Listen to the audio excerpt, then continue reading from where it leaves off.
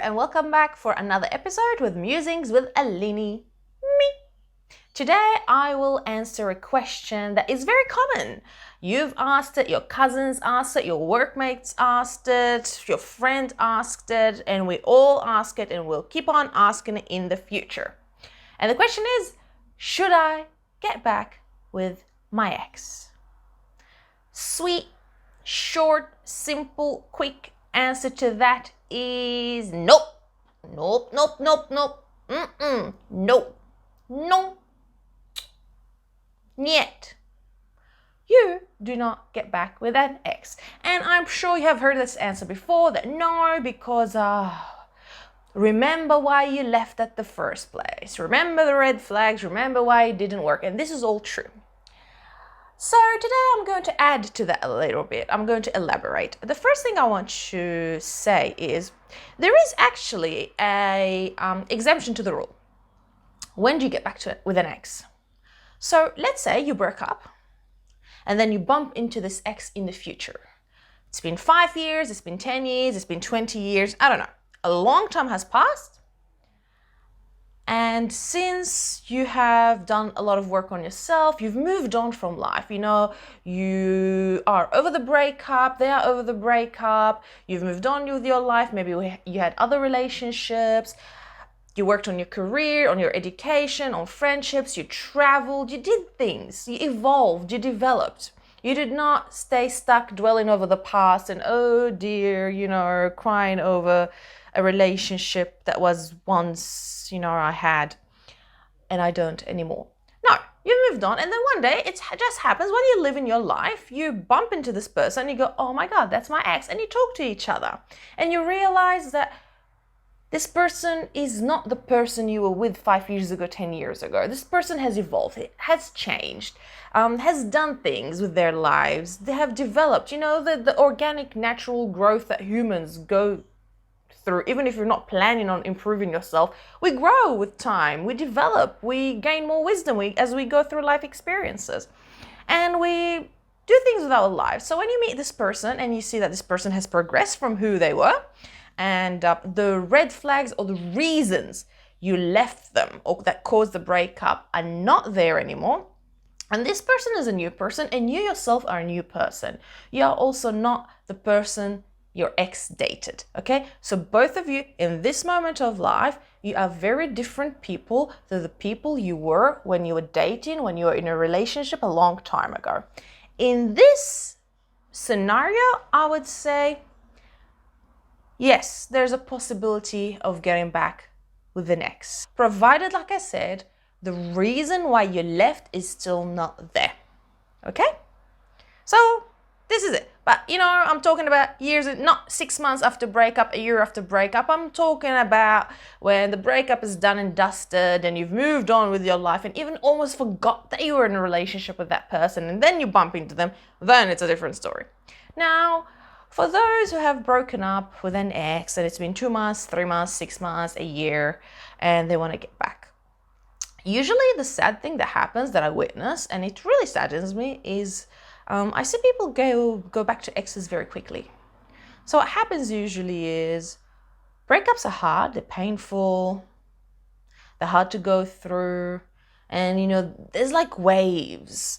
And once we go through the pain of that separation, then we could be in the slum of the loneliness, the sadness, and then we have to get the courage to go out into the world. Even if you don't want to date again, you want to have a break, there's this courage of moving on and trying something new and being open to the unknown, the unfamiliar. And this is usually scary. So what happens for people when they are in that sad slump, lonely slump, oh, I can't be bothered going through all of that again, slump, the whole dating, the messaging, the this, the that. What happens is our brain is designed to find solutions. And as a society, over the centuries, we have become very solution-orientated and outcome-focused, okay? We do not go with the flow like our ancestors anymore, like ancestors 10,000 years ago who lived more in flow with nature and the cycle of seasons, all of that. No. We want quick fixes now. And our brain developed to do that. So when you are feeling sad and low and you're not yourself, so you are not imbalanced, you're not grounded, you're not happy, you're in distress in a way, your brain goes, I have a solution. I need to fix this. What's the best way? What's the quickest way of solving this? Therefore, well, you don't want to feel lonely. Well, you weren't lonely 4 months ago. Go back to the ex. There you go. Nice quick solution, isn't it? Even though the brain tries to always resolve the problem in the quickest way possible, it's not always the smartest or the most suitable way, okay? It's the quick fix, not the best, most intelligent fix. So this is when people get back to their exes. When they're in that low slump, when they're feeling lonely, or when they're not ready, they're scared, or they feel overwhelmed and burdened by the thing of getting out back into the world as a single person. Another thing that happens after we break up and after any situation is over time, we start to forget for some reason the bad things that happened, especially when we are feeling lonely and we are craving someone to hold us, someone to talk to, someone to throw ourselves on the couch with and just watch Netflix or something, someone to go out for dinner with. We start to remember and reminisce the days we had that someone. And the nearest memory is the ex. We start to remember the walks on the beach, the road trips, the brunches, the folding laundry together, the grocery list, doing groceries together. We start to remember that things were not that bad. We forget the bad things because in that moment when we are feeling sad and lonely and craving companionship, our brain gives us images of the times we've had it.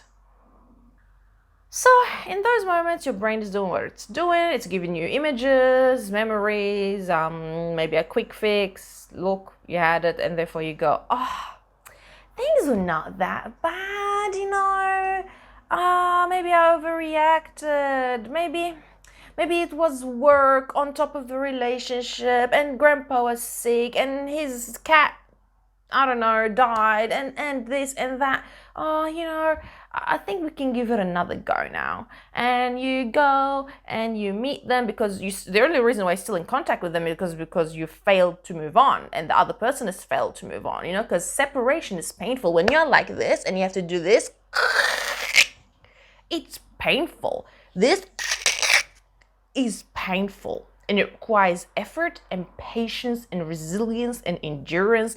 And you need to be focused on the goal, on moving on. But somewhere here, it's easier to go back. And then people go back, get in touch with the ex again. They go have a beer or a drink, or I don't know what they do. And oh my God,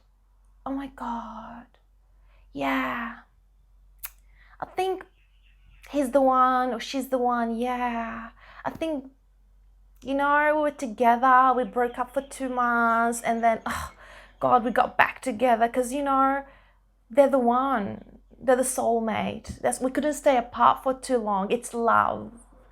Yeah, darling, it's not love, it's addiction. Let me tell you that, okay? Now, there are times where people have breaks, not breakups. There are times where people have a break in a relationship, even if they call it a breakup. It could be that a relationship came into your life when things were going bad. You lost a job, someone in the family is sick, or maybe you just came out of a really bad relationship and you didn't have enough time to heal and to process what happened and to go back to a neutral place, and someone comes into your life, everything feels too much. So people usually break up or have a break.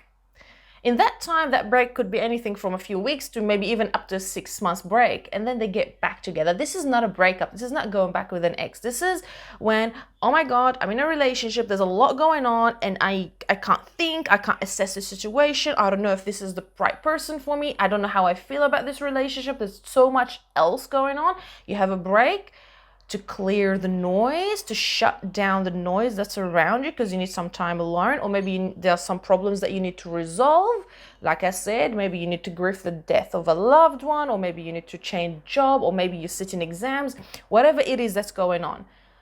Once you get your things sorted, that's creating a lot of busyness and a lot of noise. Once everything settles and you're in a much better place, then you can go back to that relationship and be like, okay, now I have space energetically, emotionally, and physically. I have space for this relationship, and I can actually, I'm not so distracted with so much going on around me. There isn't much noise. I can actually listen and hear and really assess and get a feel of whether this person is for me and whether this relationship's going well or not.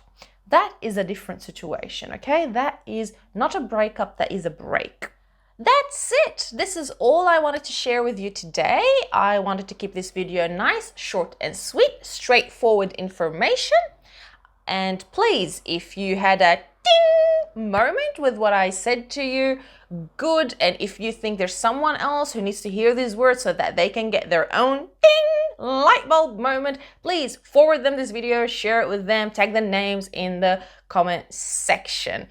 Thank you for being with me again today, and take care of yourself and those around you. Make that phone call that you haven't made in a long time to check on that family member or that friend, okay? Don't forget, we're social beings and made for relationship.